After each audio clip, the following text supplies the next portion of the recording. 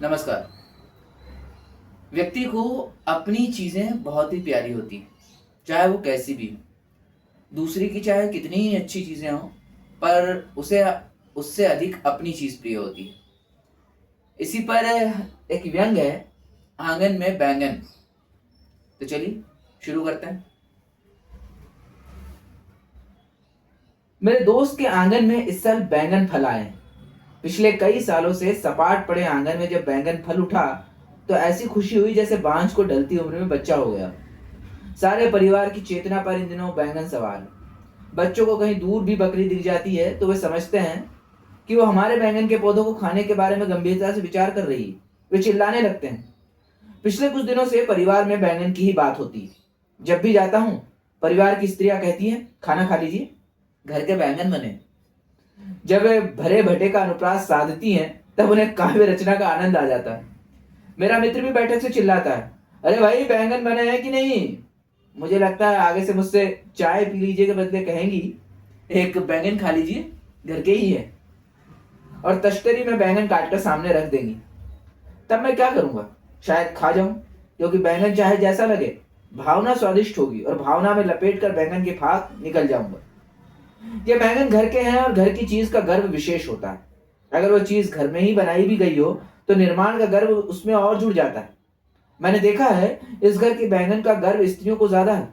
घर और आंगन में जो है वो स्त्री के गर्व के क्षेत्र में आता है। इधर बोलचाल में पत्नी को मकान कहा जाता है। उस दिन मेरा एक दोस्त दूसरे दोस्त को सपत्नीक भोजन के लिए निमंत्रित कर रहा था। उसने पूछा, हाँ ये तो बताइए, आपका मकान गोश्त खाता है या नहीं।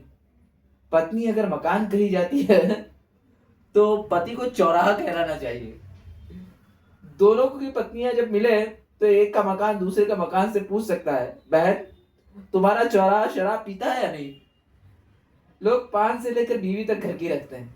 इसमें बड़ा गर्व है और बड़ी सुविधा है।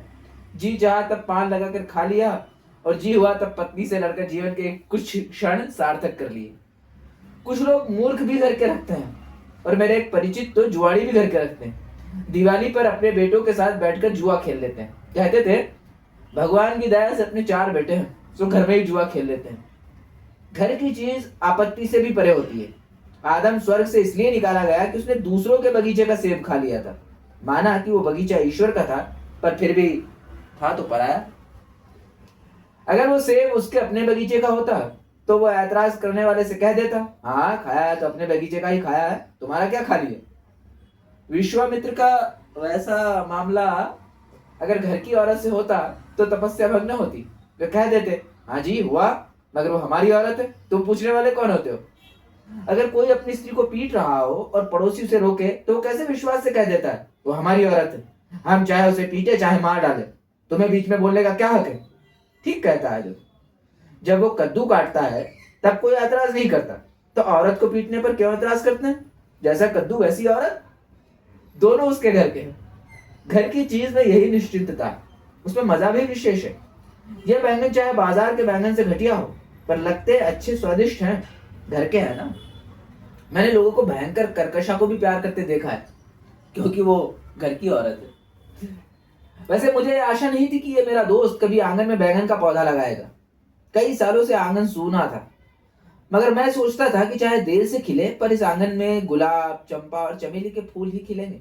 बैंगन और भिंडी जैसे भौंडे पौधे को अपने आंगन में जमने नहीं देगा। पर इस साल जो हुआ, वैसा कभी नहीं हुआ। बैंगन लग गया और वो रुचि से खाया भी जाने लगा। मेरे विश्वास को ये दोस्त कैसे धोखा दे गया। उसने घबरा कर बैंगन लगा लिया होगा शायद। बहुत लोगों के साथ ऐसा ही होता है। गुलाब लगाने के इंतजार में साल गुजरते रहते हैं और फिर घबरा कर आंगन में बैंगन या भिंडी लगा लेते हैं। मेरे एक परिचित ने इसी तरह भी शादी की है। गुलाब के इंतजार से ऊब कर बैंगन लगा लिया है। लेकिन इस मित्र की सौंदर्य चेतना पर मुझे भरोसा था। न जाने कैसे उसके पेट से सौंदर्य चेतना प्रकट हो गई। आगे हो सकता है वो बेकरी को स्थापत्य कला का श्रेष्ठ नमूना मानने लगे, और तंदूरी रोटी की भट्टी में उसे अजंता के गुफा चित्र नजर आने लगे। इसे मैं बर्दाश्त कर लेता। बर्दाश्त तब नहीं हुआ जब परिवार की एक तरुणी ने भी कहा, अच्छा तो है, बैंगन खाए भी जा सकते हैं। मैंने सोचा हो गया सर्वनाश। सौंदर्य, कोमलता और भावना का दिवाला पिट गया। सुंदरी गुलाब से ज्यादा बैंगन को पसंद करने लगी। मैंने कहा, देवी, तू क्या उसी फूल को सुंदर मानती लगती है जिसमें से आगे चलकर आधा किलो सब्जी निकला है? तेरी जाति कदम्ब के नीचे खड़ी होने वाली है, पर तू शायद हाथ में बांस लेकर कटहल के नीचे खड़ी होगी। पुष्प लता और कद्दू की लता में क्या तू फर्क नहीं समझती? तू क्या वंशी से चूल्हा फूकेगी और क्या वीणा के भीतर नमक मिर्च रखेगी? तभी मुझे याद आया कि अपने आंगन में तो कुछ भी नहीं है, दूसरे पर क्या हंसूं। एक बार मैंने गेंदे का पौधा लगाया था। यह बड़ा गरीब सर्वहारा फूल होता है, कहीं भी जड़ें जमा लेता है। मैंने कहा, हुजूर अगर आप जम जाएं और खिल उठे तो मैं गुलाब लगाने की सोचूं। मगर वो गेंदा भी मुरझाकर सूख गया। उसका डंठल बहुत दिनों तक जमीन में गड़ा हुआ मुझे चिढ़ाता रहा कि गेंदा तो आंगन में निभ नहीं सका, गुलाब रोपने की महत्वाकांक्षा रखते हो। और मैं उसे जवाब देता, अब आगे मुझे ऐसा गेंदा नहीं चाहिए जो गुलाब का नाम लेने से ही मुरझा जाए। गुलाब को उखाड़ कर वहां जम जाने की जिसमें ताकत है, ऐसा गेंदा मैं अपने आंगन में लगने दूंगा। मेरे घर के सामने के बंगले में घनी मेहंदी की दीवार सी उठी है। उसकी टहनी कहीं भी जड़ जमा लेती है। इसे ढोर भी नहीं खाते। यह सिर्फ सुंदरियों की हथेली की शोभा बढ़ाती है और इसलिए इस पशु तक के लिए बेकार पौधे की रोमानी प्रतिष्ठा लोक गीतों से लेकर नई कविता तक में है। नेल पॉलिश के कारखानों ने मेहंदी की इज्जत अलबत्ता कुछ कम कर दी है, तो मैंने मेहंदी की कुछ कलमें आंगन में गाड़ दी। 2-3 दिन बाद आवारा ढोरों ने उन्हें रौंद डाला। मैं दुखी था। तभी अखबार में पढ़ा कि किसी हाइड्रो इलेक्ट्रिक प्लांट का पैसा इंजीनियर और ठेकेदार खा गए और उसमें ऐसी घटिया सामग्री लगाई कि प्लांट फूट गया और करोड़ों बर्बाद हो गए। जो हाल मेरे मेहंदी के प्लांट का हुआ था वही सरकार के उस बिजली के प्लांट का हुआ। दोनों को उजाड़ ढोरों ने रौंद डाला। मैंने इस एक ही अनुभव से सीख लिया कि प्लांट रोपना तो उसकी रखवाली का इंतजाम पहले करना। भारत सरकार से पूछता हूं कि मेरी सरकार आप कब सीखेंगी? मैं तो आप प्लांट लगाऊंगा तो पहले रखवाली के लिए कुत्ता पालूंगा। लेकिन सरकार की मुश्किल यह है कि उसके कुत्ते वफादार नहीं है।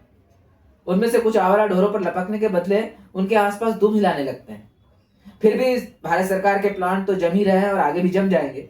उसके आंगन की जमीन अच्छी है और प्लांट सींचने को 45 करोड़ लोग तैयार हैं। वे प्लांट भी उन्हीं के हैं, सरकार तो सिर्फ मालिन है। मेरे इस आंगन का भी कुछ निश्चित नहीं है। बगल के मकान के अहाते से गुलाब की एक टहनी जिसमें बड़ा सा फूल खिलता है, हवा के झोंके से दीवार पर से गर्दन निकाल कर इधर झांकती है। मैं देखता रहता हूँ, कहता हूँ तू ताक चाहे झांक, मैं इस आंगन में अब पौधा नहीं रोपूंगा। यह अभागा है, इसमें बरसाती घास के सिवा कुछ नहीं उगेगा। सभी आंगन फूल खिलने लायक नहीं होते। फूलों का क्या ठिकाना, वे गंवारों के आंगन में भी खिल जाते हैं। एक आदमी को जानता हूँ जिसे फूल सूंघने की तमीज नहीं है, पर उसके बगीचे में तरह तरह के फूल खिले हैं। फूल भी कभी कभी बड़ी बेशर्मी लाद लेते हैं और अच्छे खाद पर बिक जाते हैं। मेरा एक मित्र कहता है कि तुम्हारे आंगन में कोमल फूल नहीं लग सकते। फूलों के पौधे चाहे किसी घटिया तुकबंद के आंगन में जम जाए, पर तुम्हारे आंगन में नहीं जम सकते।